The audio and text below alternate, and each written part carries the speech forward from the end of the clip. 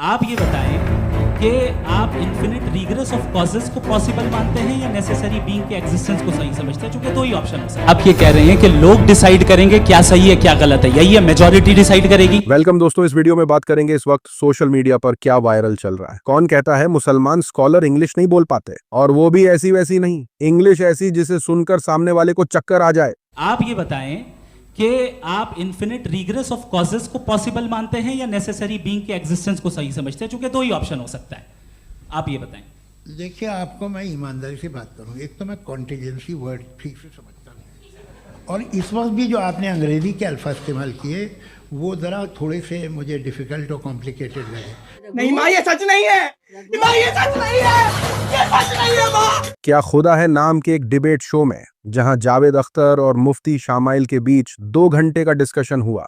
चर्चा में बातें तो बहुत थी, लेकिन तारीफ मुफ्ती की इंग्लिश बोलने की हो रही है। आपने साबित ही नहीं किया, जबकि आर्ग्यूमेंट ऑफ कॉन्टिजेंसी बुनियादी आर्ग्यूमेंट है। आप मुझे कॉन्टीजेंसी का मतलब बताइए, आपका मतलब क्या कॉन्टीजेंसी? ये सच नहीं है, ये सच नहीं है, ये सच नहीं है माँ। लेकिन इस डिबेट के दौरान जावेद अख्तर कई बार खुद अपनी ही बातों में फंसते नजर आए। बहस का मकसद ये था कि हमारे अच्छे या बुरे काम का फैसला किस बुनियाद पर होना चाहिए, जावेद अख्तर के हिसाब से सोसाइटी या मेजॉरिटी के हिसाब से। लेकिन मुफ्ती के हिसाब से ऐसा करना बहुत खतरनाक हो सकता है, क्योंकि अपने फायदे के लिए इंसान गलत को सही और सही को गलत कर सकता है। आप ये कह रहे हैं कि लोग डिसाइड करेंगे क्या सही है क्या गलत है, यही है मेजॉरिटी डिसाइड करेगी क्या सही है क्या गलत है। अरे भाई बिल्कुल। मेजॉरिटी अगर ये कहे कि नाजी जर्मनी के साथ जिस तरह मेजॉरिटी थी कि जेनोसाइड करना सही है, आप जस्टिफाई करेंगे? उस वक्त आपका ये सवाल सिर्फ उसके बाद क्लोज कर। हाँ, उस वक्त प्लेनेट पे जो लोग थे उनमें कितने लोग हिटलर को सही समझते? अच्छा, प्लेनेट की मेजॉरिटी तय करेगी, सोसाइटी की नहीं। प्लेनेट की मेजॉरिटी गॉड के एग्जिस्टेंस को सही मानती है, आप क्यों नहीं मानते? उम्र भर सो न सकेंगे। मुफ्ती ने कई मामलों में एथीस्ट बिलीफ की पोल खोल कर रख दी है, जिसके बाद सोशल मीडिया पर मुफ्ती की काफी तारीफ हो रही है। जावेद अख्तर को लाजवाब होता देख सोशल मीडिया पर चल रहा है कि नास्तिक जावेद अख्तर की शक्ल देखने लायक है। हाथ कांप रहे हैं, सर्दी में कौन किसी को ऐसे धोता है। साथ ही साथ लोगों ने कहा कि 1 मिनट से भी कम समय में मुफ्ती शमाइल ने खुदा के वजूद को साबित किया और नास्तिक जावेद अख्तर की गलत दलीलों को उजागर किया। साथ ही साथ खबर है कि बिहार में हिजाब विवाद के बाद चर्चा में आई डॉक्टर नुसरत परवीन को झारखंड सरकार ने सरकारी नौकरी का ऑफर दिया है। Health minister doctor Irfan Ansari का कहना है कि अगर डॉक्टर नुसरत झारखंड में काम करने के लिए तैयार होती हैं तो उन्हें हर महीने 3 लाख रुपए की सैलरी दी जाएगी। इसके अलावा उन्हें मनचाही पोस्टिंग और रहने के लिए सरकारी फ्लैट भी दिया जाएगा। इरफान अंसारी ने एक बयान जारी कर कहा कि झारखंड में बेटियों और डॉक्टरों के सम्मान से कोई समझौता नहीं किया जाएगा। आईटी सेल में रोना धोना शुरू हो गया है। सोशल मीडिया पर एक्टर सलमान खान का भी एक वीडियो सामने आया है, जिसमें वो बुर्का पहनी महिला का एहतराम करते नजर आ रहे हैं। क्या है ये हिजाब अपना? लोगों ने उनका ये अंदाज देखकर कहा कि सलमान खान जैसे बड़े से बड़ा नाम भी हिजाब के सामने सर झुकाकर इज्जत करना जानता है। नीतीश जी, याद रखिए, हिजाब कोई कपड़ा नहीं, ये औरत की अस्मिता, उसकी आजादी और उसकी पहचान है। हिजाब का अपमान करने वालों को ये कौम ना भूलती है, ना माफ करती है। इतिहास गवाह है कि इज्जत देने वाले याद रखे जाते हैं, बेइज्जती करने वाले इतिहास में शर्म से पहचाने जाते हैं। साथ ही साथ लोगों ने कहा कि जिस महिला डॉक्टर का बिहार में अपमान हुआ, उसको झारखंड सरकार ने सम्मान दिया। आपका ऐतिहासिक फैसला बिहार सरकार के मुंह पर तमाचा है। खबरें ये भी निकलकर आई हैं कि नीतीश कुमार के हिजाब विवाद के बीच झारखंड में बीजेपी नेता सीपी सिंह का विवादित बयान सामने आया है। जिस महिला डॉक्टर का सीएम द्वारा हिजाब खींचा गया था, अब सीपी सिंह ने उस डॉक्टर का दिल्ली ब्लास्ट से कनेक्शन होने का शक जताया है। उन्होंने कहा कि मुझे तो ये लगता है कि इस डॉक्टर का कनेक्शन दिल्ली में लाल किले के पास हुए बम ब्लास्ट से तो नहीं है। साथ ही साथ खबर निकलकर आई है पोल्यूशन के हवाले से। दिल्ली एनसीआर में खराब हवा के चलते अस्पतालों में भीड़ बढ़ती जा रही है। वहीं केंद्र सरकार ने संसद में एक बड़ा बयान दिया है। मौसम विभाग के मंत्री कीर्तिवर्धन सिंह ने राज्यसभा में लिखित जवाब में कहा कि AQI और फेफड़ों की बीमारियों के बीच कोई ठोस या सच्चा डेटा मौजूद नहीं है जो इनके बीच सीधा कनेक्शन दिखा सके। हालांकि कई डॉक्टरों ने सरकार के इस बयान से नाइत्तेफाकी जाहिर की है। बड़े बड़े डॉक्टर्स सरकार के इस दावे को क्लिनिकल रियलिटी से पूरी तरह कटा हुआ बता रहे हैं। डॉक्टर्स का कहना है कि भारत के लोगों के फेफड़े दुनिया के बाकी हिस्सों के लोगों से बायोलॉजिकली अलग नहीं है। मामला इतना गंभीर है कि अब अर्नब गोस्वामी इस पर प्राइम मिनिस्टर से दखल देने की मांग कर रहा है। अर्नब ने कहा कि ये हेल्थ इमरजेंसी है और प्राइम मिनिस्टर की जुबान से एक शब्द नहीं निकल रहा है। दिल्ली की मुख्यमंत्री कहां हैं, बीजेपी के नेता लोग कहां हैं, देश जानना चाहता है। मुझे लगता है कि बीजेपी के तमाम मंत्री जनता के लिए अपनी जिम्मेदारियों से भाग रहे हैं। So we are in a national health emergency. Prime Minister must intervene in this matter because I have not heard a word. Social media पर चल रहा है कि सीधा प्रधानमंत्री नरेंद्र मोदी को संबोधित कर सवाल पूछते हुए किसी टीवी एंकर को लंबे अरसे बाद सुन रहा हूं। सहसा भरोसा नहीं हो रहा। ये अर्नब इंटेलिजेंस है या आर्टिफिशियल इंटेलिजेंस? गजब बेइज्जती है। अगली अपडेट महाराष्ट्र से सामने आई है। महाराष्ट्र के एक प्राइवेट हॉस्पिटल में काम करने वाली एक महिला छत्रपति संभाजीनगर में मौजूद होटल में अपने दोस्त से पैसे लेने जाती है। रूम नंबर 105 की जगह वो गलती से 205 पर नॉक कर देती है। रात के करीब 3 से 4 बजे एक महिला को देखकर रूम में मौजूद घनश्याम राठौड़, ऋषिकेश चवन और किरण राठौड़ ने उसे रूम में खींच लिया और अपराध को अंजाम दिया। किसी तरह महिला अपनी जान बचाकर वहां से भागी और पुलिस में शिकायत दर्ज कराई है। पुलिस ने घनश्याम राठौड़, ऋषिकेश चवन और किरण राठौड़ को गिरफ्तार कर लिया है। IT सेल में सन्नाटा है। गोदी मीडिया आरोपियों को बचाने की कोशिश में लगा है। सोशल मीडिया पर चल रहा है कि गोदी मीडिया इन लड़कों का नाम क्यों छुपा रहा है, क्योंकि वो मुस्लिम नहीं है। बॉलीवुड एक्ट्रेस ऋचा चड्ढा ने कहा कि इनके चेहरों को याद रखिए, इनको समाज से हर लिहाज से बाहर किया जाना चाहिए। साथ ही साथ खबर है फिल्म धुरंधर के हवाले से। जिस तरीके से राइट विंग के खेमों में धुरंधर की कमाई और सक्सेस के कसीदे पड़े जा रहे हैं, यूट्यूबर ध्रुव राठी ने कहा है कि तैयार रहो, IT सेल वालों, बवंडर आने वाला है। उन्होंने क्लेम किया है कि उनका एक यूट्यूब वीडियो 300 करोड़ की प्रोपोगंडा फिल्म को पूरी तरह से डिस्ट्रॉय कर देगा। ध्रुव राठी की ये बात सुनकर IT सेल के खेमों में रोना धोना शुरू हो गया है।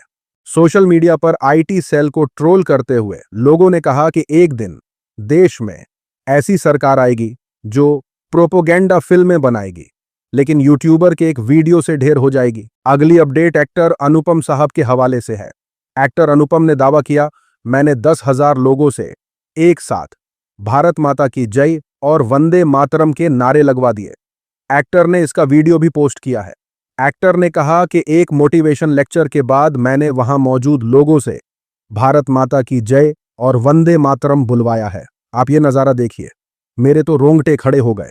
भारत माता की, भारत माता की, वंदे वंदे वंदे। लोगों ने ये देखकर एक्टर को ट्रोल कर दिया है।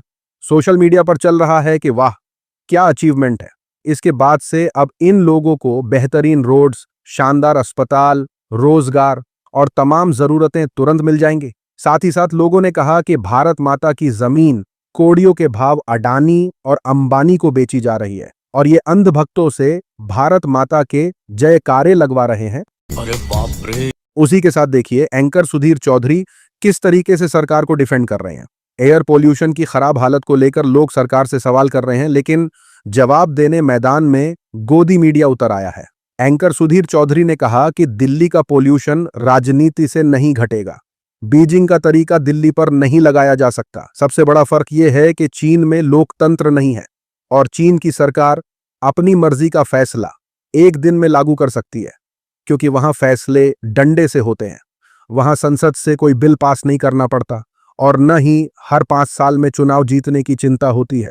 सबसे बड़ा अंतर है कि चीन में लोकतंत्र नहीं है, क्योंकि वहां फैसले डंडे के आधार पर लागू होते हैं। दूसरी तरफ भारत में लोकतंत्र है। यहां विपक्षी पार्टियां हैं जो सरकार के हर फैसले पर राजनीति करती हैं।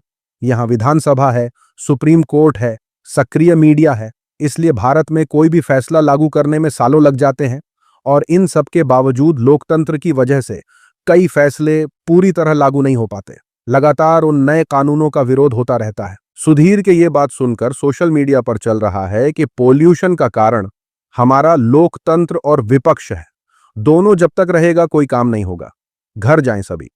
15 करोड़ का तर्क आ गया है। साथ ही साथ लोगों ने कहा कि अरावली पर सवाल उठ सकता है, लोकतंत्र पर सवाल उठ सकता है, लेकिन सुधीर चौधरी की वफादारी पर कोई सवाल नहीं उठा सकता। पोल्यूशन की वजह लोकतंत्र है। इस दिव्य ज्ञान के लिए इनको टैक्सपेयर के पैसे से सरकारी चैनल पर 15 करोड़ की सैलरी मिल रही है। हंसूं या रोऊं?